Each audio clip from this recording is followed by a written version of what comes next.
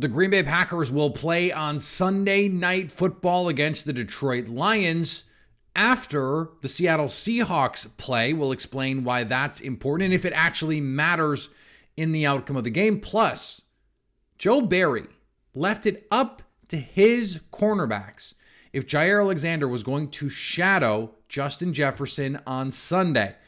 We know the answer, but this process, this is important in understanding the evolution of this Packers defense. We dig into all of it on today's show. You are Locked On Packers, your daily Green Bay Packers podcast. Part of the Locked On Podcast Network, your team every day.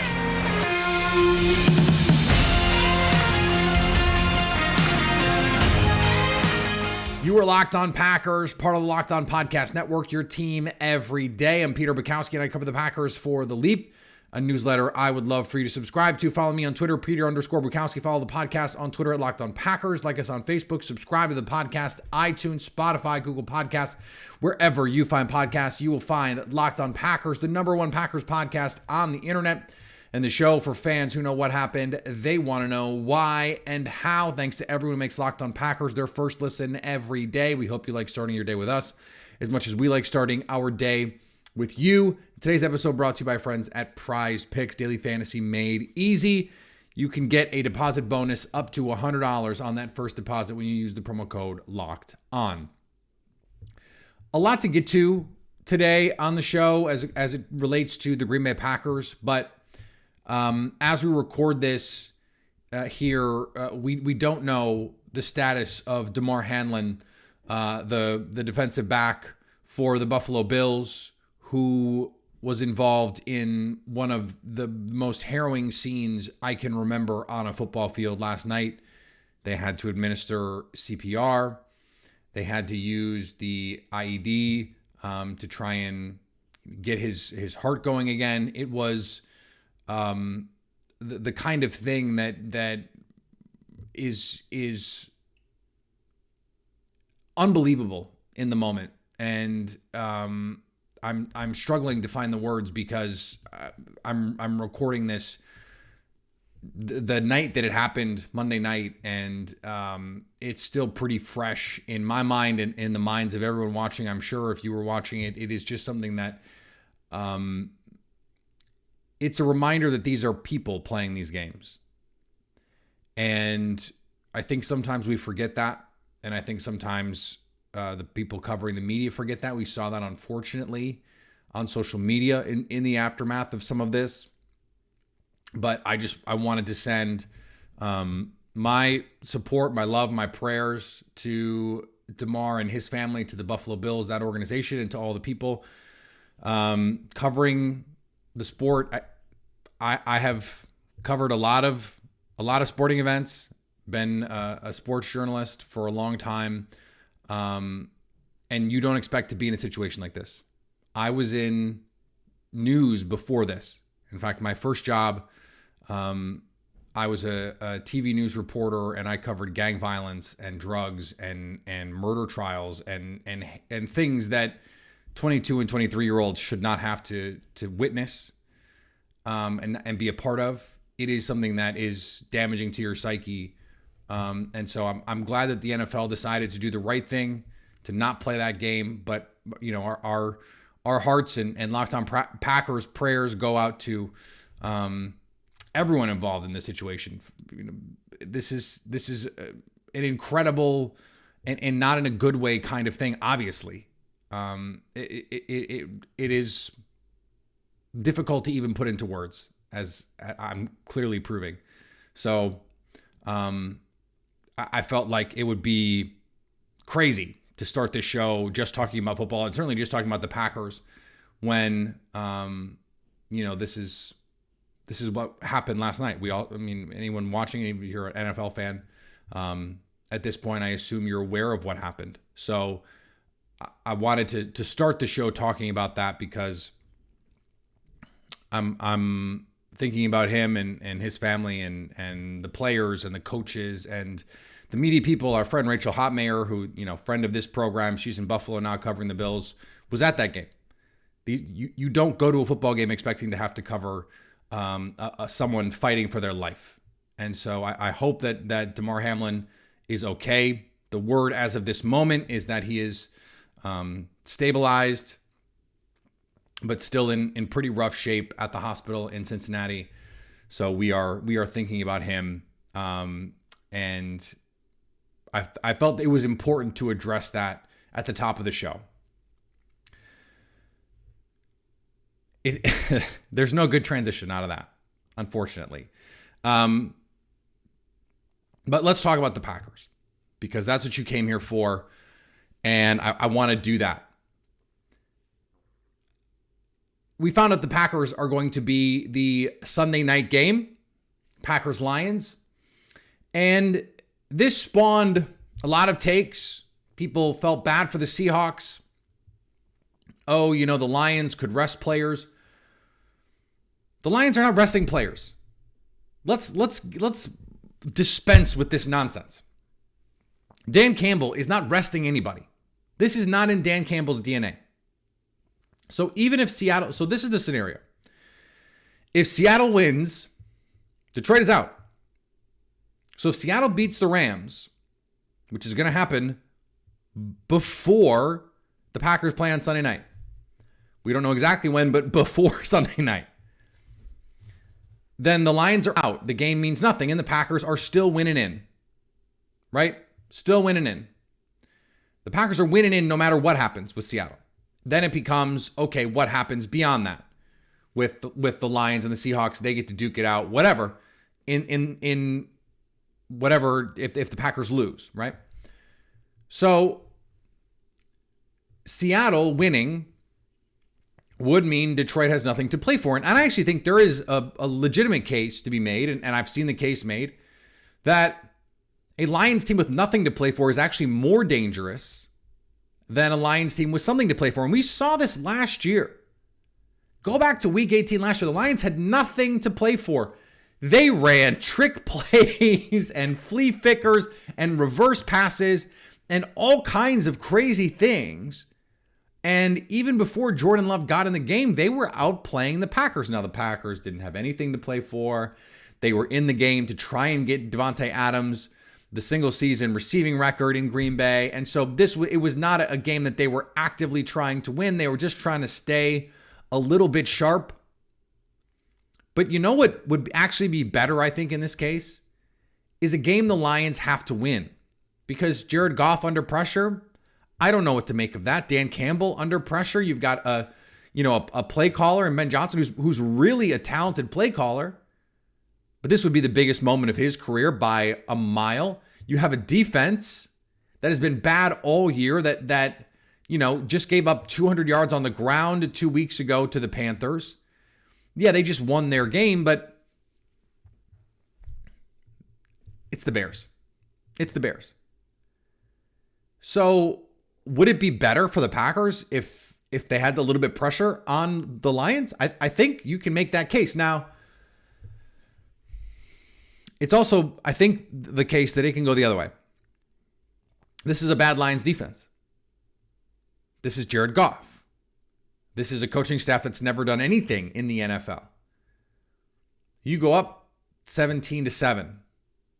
It's cold. It's going to be, guys, it's going to be freezing cold on Sunday night at Lambeau Field. If the game means nothing to Detroit, and I think the chances are the game will mean nothing to Detroit because Seattle just has to beat the Rams,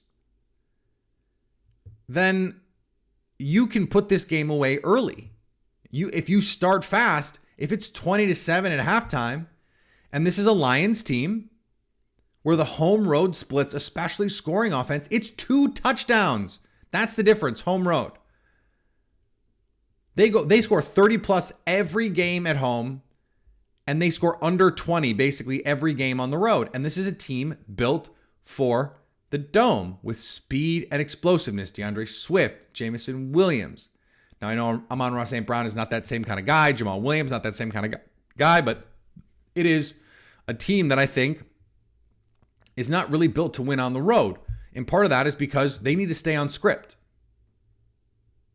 They need to play from a comfortable position where they don't have to drop back and throw the ball.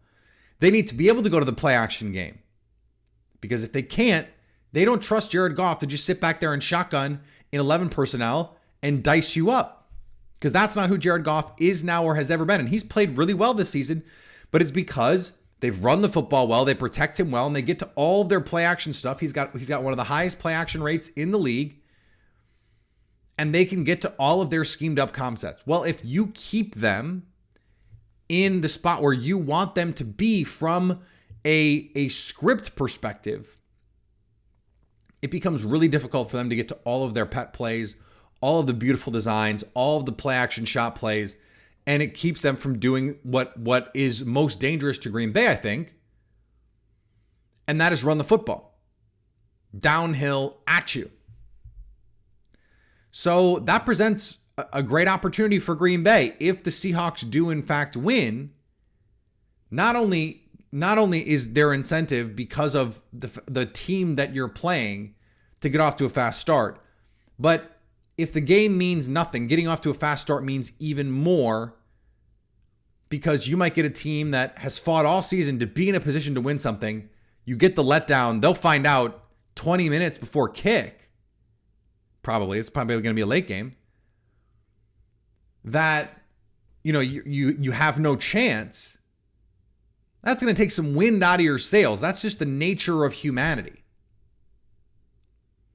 So I think this is a really fascinating decision by the NFL, clearly made with ratings in mind. They want to see Aaron Rodgers. They want to see Lambeau Field.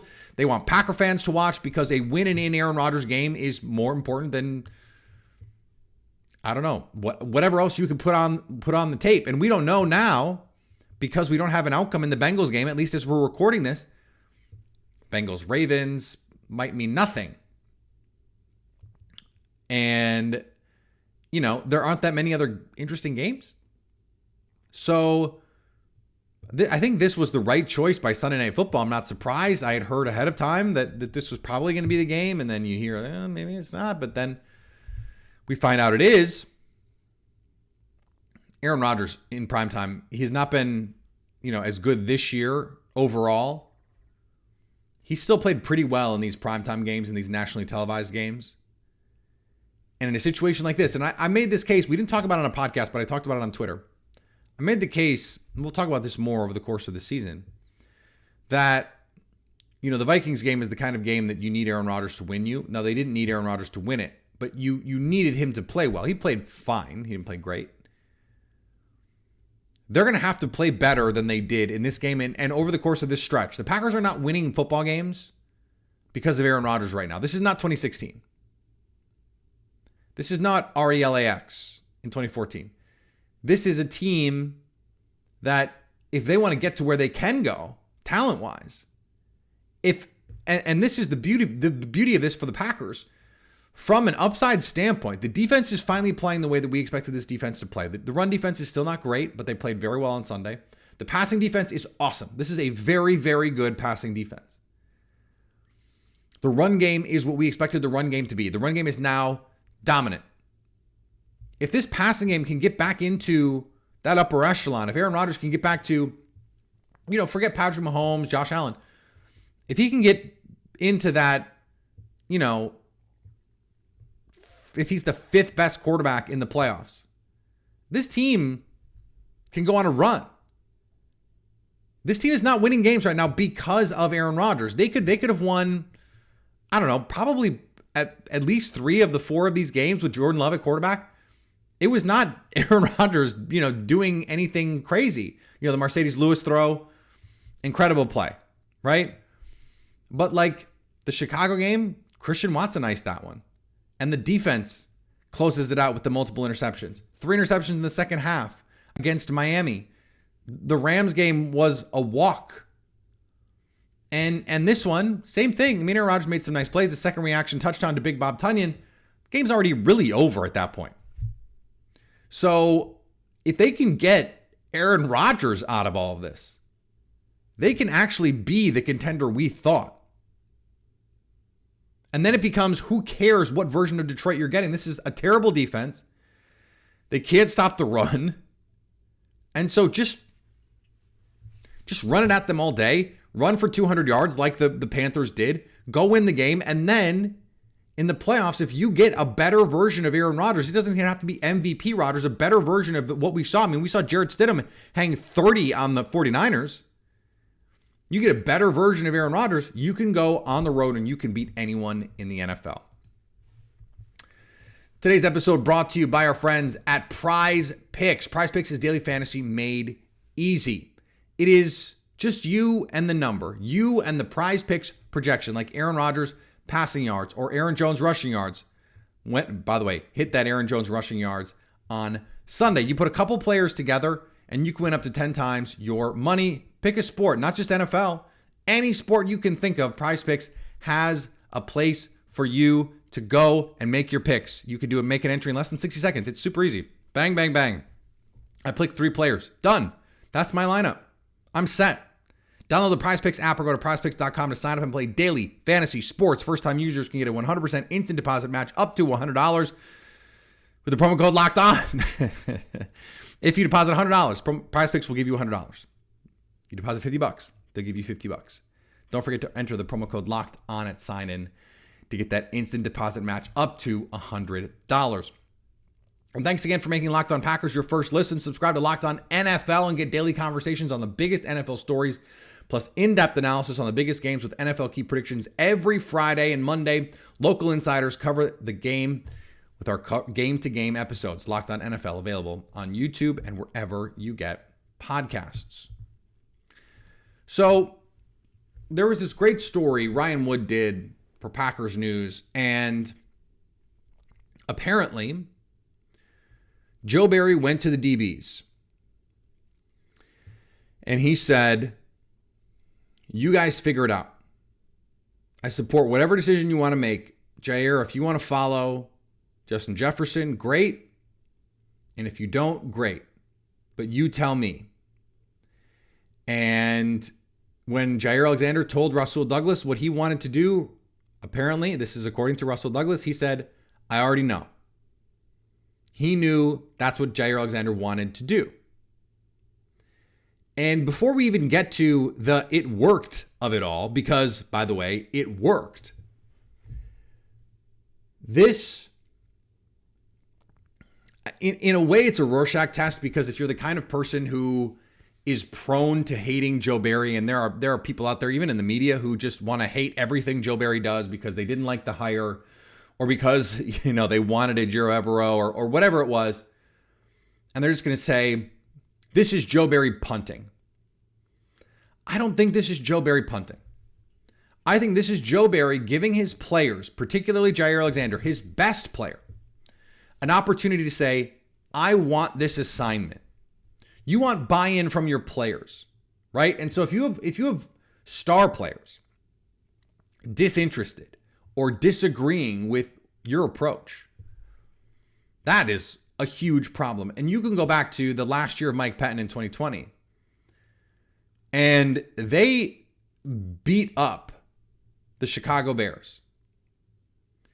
And it was still a game where after that, Kenny Clark and Preston Smith and Zadarius Smith went to Mike Pettin's office and said, "We can't. This can't be our team. We can't keep playing like this." And to Mike Pettin's credit, he said, "Okay." I think Joe Barry has taken a lot of flack this season. Some of it warranted, some of it not. There has been, over the last month or so, when this defense, by the way, has finally started to play like we expected it to play, where they're doing all sorts of interesting things formationally, personnel-wise. They got back to playing a bunch of big nickel in this game. Darnell Savage played in the slot. We didn't see a lot of Keyshawn Nixon on defense in this game. He was your special team superstar. That's probably his best role. The best thing for this defense, I think, is to have Darnell Savage in the slot or at safety, wherever you like the matchup that down or against that team, and going from there. And then saying, okay, Rudy Ford, Adrian Amos, those guys, they did such a good job of figuring out the nuances of this game plan. Because It was all focused around Justin Jefferson, but they didn't let it consume them. You know, you go back to that Titans game, and after that Titans game, you heard players say things like, you know, we were so focused on stopping Derrick Henry that, you know, the passing game kind of caught them by surprise. And that, in the moment, I think felt a little bit like an excuse, honestly. Because a lot of it was just one-on-one coverage. Jaire Alexander got beat a couple times one-on-one deep. And it's like, well, just don't get beat. Like, you just got beat. But in a situation like this, they tailored the game plan to the Vikings. And they got their players to buy in. And I you know, Matt LaFleur was asked about this. And he said about he was asked about the communication. This is a fascinating answer to me.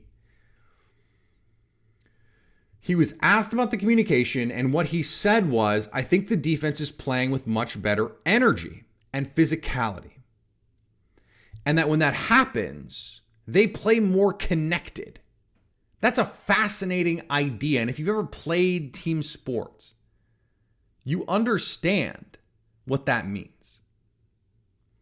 And if you haven't, I'll do my best to explain it such that I understand it. High school football was the highest level that I played at, but I have been trying to figure this stuff out for a long time. And when I think, honestly, it's just a logical thing because it exists in all walks of life, all forms of life. It probably is true at your office. Let's say you have a project and a group of you are working on it. If none of you is excited about it, if none of you approaches that project with enthusiasm, you're probably going to communicate a little less. You're going to send fewer emails about it, fewer Slacks. You're going to have fewer meetings, fewer calls. It's not going to be a priority. But those projects that you're really excited about, everyone wants to talk about them all day, right? Oh, hey, what about this? Oh, I was thinking about this. I was thinking this or this or this or this. And it becomes this thing that consumes you, and you feel connected to these people. And when you complete it, it is incredibly heartening. And then it gives you excitement and momentum to carry it into whatever the next project is. And feeling that buy-in allows you to be enthusiastic about the execution of that thing. So if you play with more energy, and that begets physicality because guys are playing with more confidence,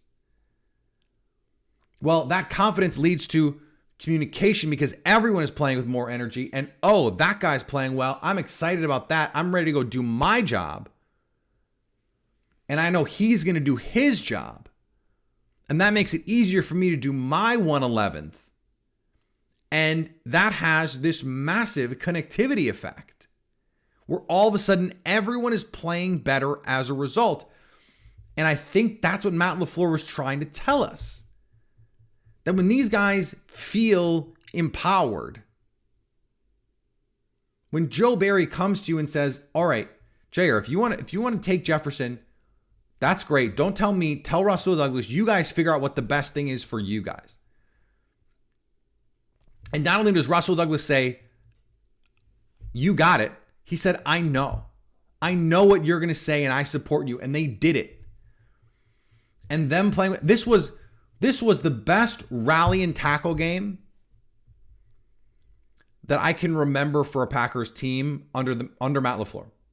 Mike Pettin or whoever. The best rally and tackle game I can remember.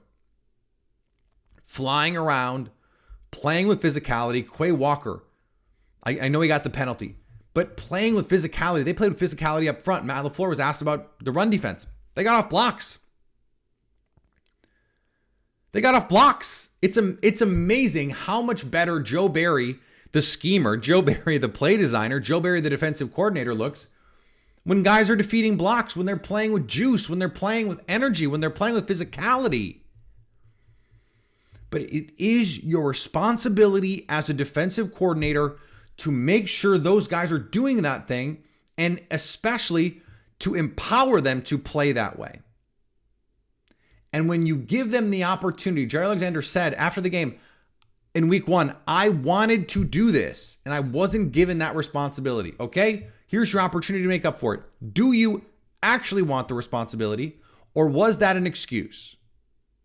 That's what Joe Barry gets to say to Jaire Alexander. Do you actually want the responsibility, or was that just talk? Because Jaire does like to talk. He likes to chirp. I love that about Jaire Alexander.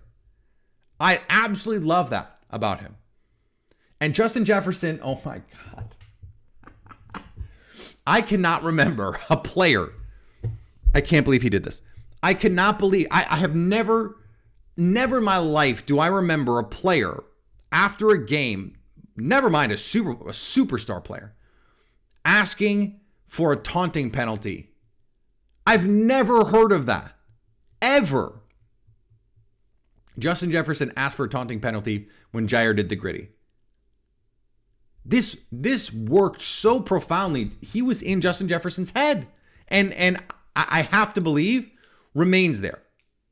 Because this was such a thorough domination that you have Vikings fans on Reddit with conspiracy theories about watering the field too much.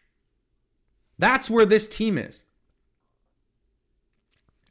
When you empower your players, when you make them feel a part of the process, should that be necessary? No. But it worked. And so when you find the thing that worked, and when it happens like this and works so magnificently, I think we have to recognize it and say Joe Barry deserves a ton of credit for this defensive turnaround, and especially this game plan, because it worked. Today's episode brought to you by our friends at BetOnline. BetOnline is your number one source for all of your sports betting info, stats, news, and analysis. Get the latest odds and trends from every professional and amateur league out there. From pro football to college football to basketball to World Cup, we've got it all at BetOnline. If you love sports podcasts, you can find them at BetOnline. We've got the fastest and easiest ways to get all of your betting info. Head to the website or use your mobile device to learn more. BetOnline, where the game starts. And thanks for making Locked On Packers your first listen. For your second listen, check out Locked On NFL, bringing your local insights you love to the national spotlight with daily conversations on the biggest NFL stories. Locked On NFL, available on YouTube or wherever you get podcasts. All right, we're going to be back tomorrow. Locked On Packers is back. How you doing on Wednesday? We've got our crossover on Thursday and a conversation coming on Friday. I think we're going to continue to do that. I think the live shows, if there's big news with injuries, we'll do a live show on YouTube that will be YouTube only. Or we'll do a bonus episode. It'll be just 10 minutes, 15 minutes talking about the thing. It'll be like a breaking news kind of thing. We'll throw it in your feed. And we'll go from there. All right, follow me on Twitter, Peter_Bukowski. Follow the podcast on Twitter, Locked On Packers. Like us on Facebook. Subscribe to the podcast, iTunes, Spotify, Google Podcasts, wherever you find podcasts, you will find Locked On Packers. And anytime you want to come hang out with us live, like we will be after the game, after Sunday night football, when the Packers punch their ticket for the postseason, you can do that on the Locked On Packers YouTube page. Stay Locked On Packers.